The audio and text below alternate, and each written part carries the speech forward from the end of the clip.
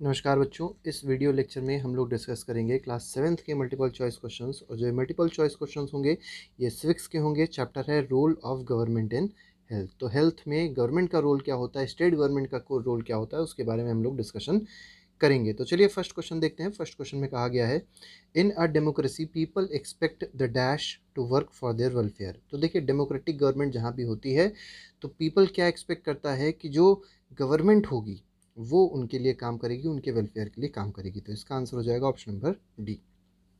Next question number 2 है, dash has the largest number of medical colleges in world. तो world में सबसे ज़्यादा मेडिकल कॉलेजेस, अच्छी बात है कि भारत के पास है। Third question, India is dash largest producer of medicine in the world. तो वर्ल्ड में मेडिसिन का प्रोडक्शन भारत में किस नंबर पे होता है, तो थर्ड नंबर पे होता है। इस बात को आप याद रखिएगा, ठीक है।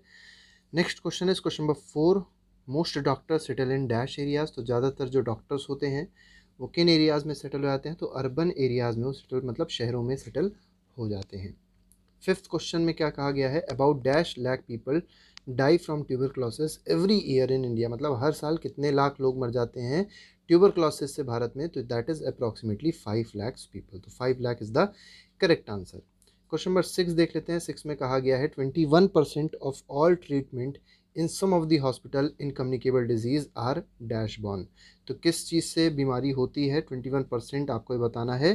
तो इस क्वेश्चन का जो आंसर है that is option number, that is B. B मतलब यहाँ पे आंसर क्या हो जाएगा, ऑप्शन बी है वाटर। तो वाटर बॉर्न डिजीजेज हैं 21% जो कि कम्युनिकेबल डिजीजेस हैं भारत में, ठीक है। Next is question number 7, dash percent of all children in India are under nourish. तो कितने परसेंट बच्चे इंडिया में अंडर नरिश्ड हैं, मतलब जिनको बैलेंस डाइट नहीं मिलती है, तो वो है approximately 50%। Next is question number 8, Hakim Sheikh was a member of Paschim Bengal Khet Mazdoor Samiti PBKMS, an organisation of agricultural labours in what.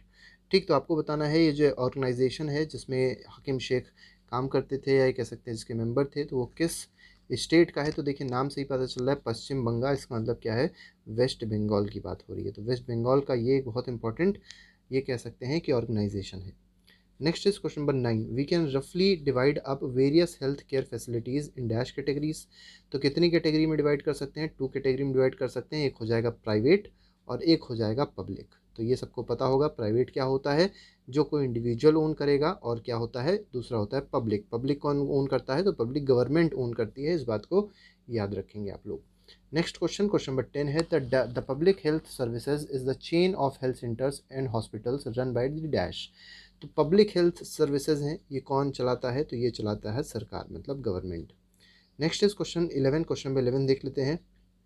Government use tax money for providing many public services for the benefit of dash citizens. तो ज़्यादातर citizens या all citizens के benefit के लिए government क्या करती है, लोगों से टैक्स लेती है, और इसी मनी से वो क्या करती है, जो भी पब्लिक सर्विसेज होती हैं उसको प्रोवाइड करती है, ठीक है। Next is question number 12, one of the most important aspect of the dash health system is that it is meant to provide quality health care service either free और at low cost. तो देखिए, या तो free में provide किया जाएगा health service, या तो लो कॉस्ट में प्रोवाइड किया जाएगा। ये किस उसका किस हेल्थ केयर सिस्टम का पार्ट है, तो ये है पब्लिक हेल्थ केयर सिस्टम का पार्ट, ठीक है। तो पब्लिक मतलब सरकारी जो हॉस्पिटल्स होंगे वही आपको या तो फ्री में इलाज पहुंचा सकते हैं, या तो लो कॉस्ट में इलाज पहुंचाएंगे। लेकिन प्राइवेट हॉस्पिटल जो होते हैं वो बहुत ज़्यादा कॉस्टली होते हैं। Next is question number 13, according to our constitution it is primary duty of dash to ensure the welfare of people. तो वेलफेयर, पीपल के वेलफेयर के लिए किसकी ड्यूटी है हमारे कॉन्स्टिट्यूशन के हिसाब से, प्राइमरी किसकी ड्यूटी है कि वो हम लोग को हेल्थ केयर फैसिलिटीज़ प्रोवाइड करे, तो वो है गवर्नमेंट, ठीक है। तो बी ऑप्शन इसमें सही होगा। नेक्स्ट है question number 14, in the rural areas one finds registered medical practitioners RMPs। तो देखिए, गांव में RMPs आपको बहुत सारे मिल जाएंगे, मतलब रजिस्टर्ड मेडिकल प्रैक्टिशनर्स मिल जाएंगे। तो ये बात बिल्कुल सही है। Next is question number 15, dash health facilities are not owned or controlled by the government.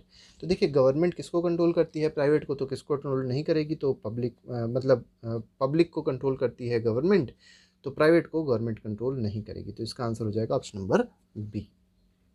Next is question number 16, identify the correct statement about private services, तो प्राइवेट सर्विसेज से related कौन सी बात सही है ये आपको बतानी है। These are concentrated in rural areas, ये तो बिल्कुल ही गलत है, मेनली अर्बन एरियाज़ में ये कंसनट्रेटेड है। सेकंड देखिए, the cost of these services is rather high, बिल्कुल सही है, तो जो कॉस्ट होता है इन सर्विसेज का, प्राइवेट सर्विसेज का, वो हाई होता है, बिल्कुल सही बात है। Many people can many people can not afford them or have to borrow money when there is इनलेस इन द फैमिली, ठीक है, तो बिल्कुल सही बात है। प्राइवेट, अगर मान लीजिए प्राइवेट हॉस्पिटल में कोई जाता है तो जो कॉस्ट लग रही है वो बहुत ज़्यादा होगी, जिसके लिए लोग क्या करते हैं, लोगों से पैसा उधार लेते हैं, तो ये बात भी सही है।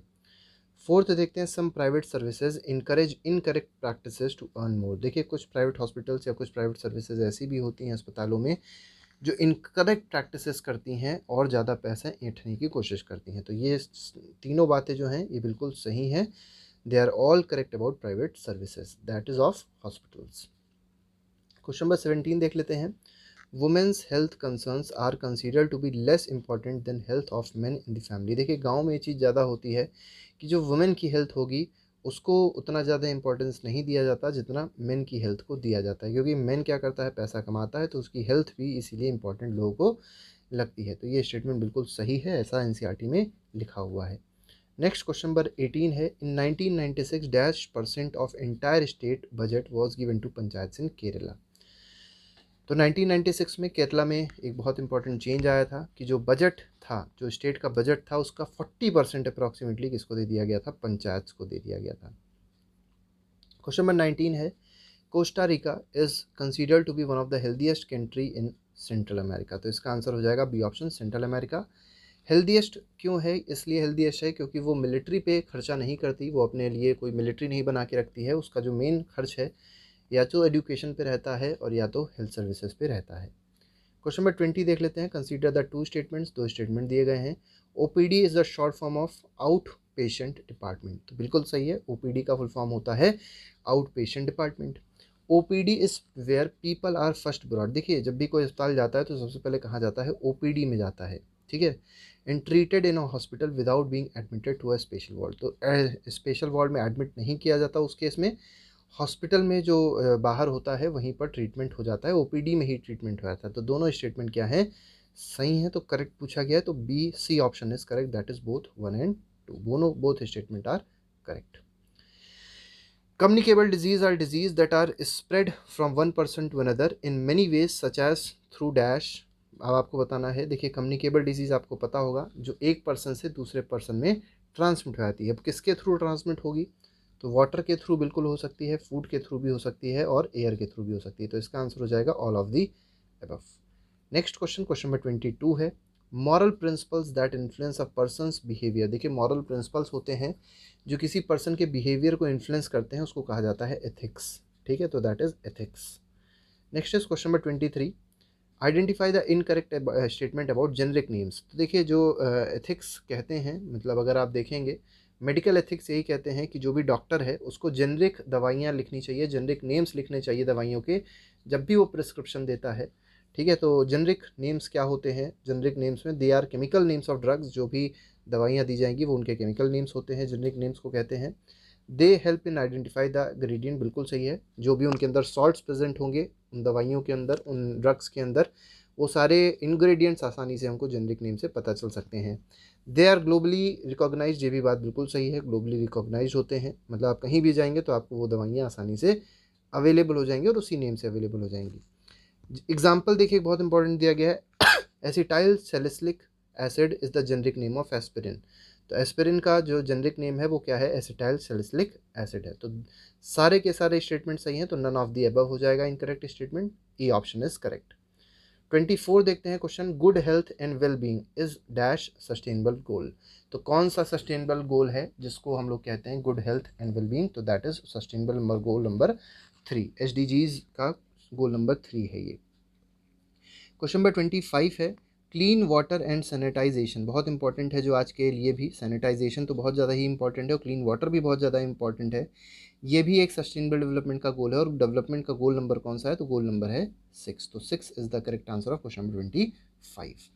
26 देख लेते हैं, आइडेंटिफाई द इनकरेक्ट स्टेटमेंट, कौन सा इनकरेक्ट है। फर्स्ट कहा गया India has large number of doctors clinics and hospitals, बिल्कुल सही है, गलत नहीं है। Second, the country also has considerable experience and knowledge in running a public health care system. Experience भी है, नॉलेज भी है, सब कुछ है भारत के पास पब्लिक हेल्थ केयर सिस्टम चलाने के लिए। बिल्कुल सही बात है। This is a system of hospital. देखिए पब्लिक हेल्थ केयर सिस्टम क्या है, it is system of hospitals and health centres run by the government. तो ये बात भी सही है। और फोर्थ देख लेते हैं, it has the ability to look after the health of large section of its population scattered over hundreds and thousands of villages. तो ये पब्लिक हेल्थ केयर सिस्टम के बारे में बात हो रही है। तो सारे के सारे जो स्टेटमेंट हैं ये बिल्कुल सही हैं। Next is question number 26, identify the incorrect statement. Health means our ability to remain free of illness and injuries. देखिए हेल्थ की डेफिनेशन दी है कि हमारी जो एबिलिटी है वो हम लोग इलनेस से दूर रहें या इंजरी हमको ना हो तो उसको हेल्थ कहेंगे। बिल्कुल सही है।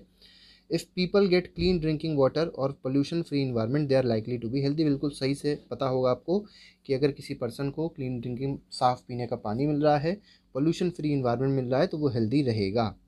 ठीक है, तो दोनों स्टेटमेंट सही हो गए। थर्ड देख लेते हैं, if people do not gate adequate food. अगर एडिक्वेट फूड नहीं मिल रहा है, ठीक है, तो उसकी कंडीशन कहीं ना कहीं ख़राब हो जाएगी और वो इल हो सकता है। तो ये स्टेटमेंट भी सही है। तो तीनों स्टेटमेंट सही है। इनकरेक्ट क्या हो जाएगा, नन ऑफ दी अबव हो जाएगा। 27th, in order to prevent and treat illness we need appropriate health care facilities such as. अब देखिए हमको अगर हेल्थ केयर फैसिलिटीज़ को इम्प्रूव करना है, हम ये अगर चाहते हैं कि हम इलनेस को ट्रीट कर सकें, तो हमारे पास अच्छी हेल्थ केयर फैसिलिटीज़ होनी चाहिए, जिसमें हेल्थ सेंटर्स होने चाहिए, हॉस्पिटल्स होने चाहिए, लैब्स होनी चाहिए टेस्टिंग के लिए, एम्बुलेंस की सर्विसेज होनी, ब्लड बैंक्स होने चाहिए। तो ये स्टेटमेंट भी बिल्कुल सही है। तो ट्रू हो जाएगा इसका आंसर। लास्ट क्वेश्चन देख लेते हैं। चलिए यही हमारे पास इतने ही क्वेश्चन थे। तो ये हमारे पास पूरा सेशन था। इस MCQ सेशन को हम लोग यहीं पे समाप्त करेंगे। नेक्स्ट वीडियो का लेक्चर बहुत ही जल्द आएगा थर्ड चैप्टर का। तो आज के लिए फ़िलहाल इतना ही। फर्स्ट चैप्टर को आप लोग प्लेलिस्ट में जाके देख सकते हैं, जिसको हम लोग ने नीचे, अगर आप कमेंट सेक्शन में जाएंगे या जो आपका ड्रॉप बॉक्स होता है उसमें जाएंगे तो उसमें आप जाके देख सकते हैं। तो आज के लिए फ़िलहाल इतना ही। Thank you very much. Goodbye. Jai Hind.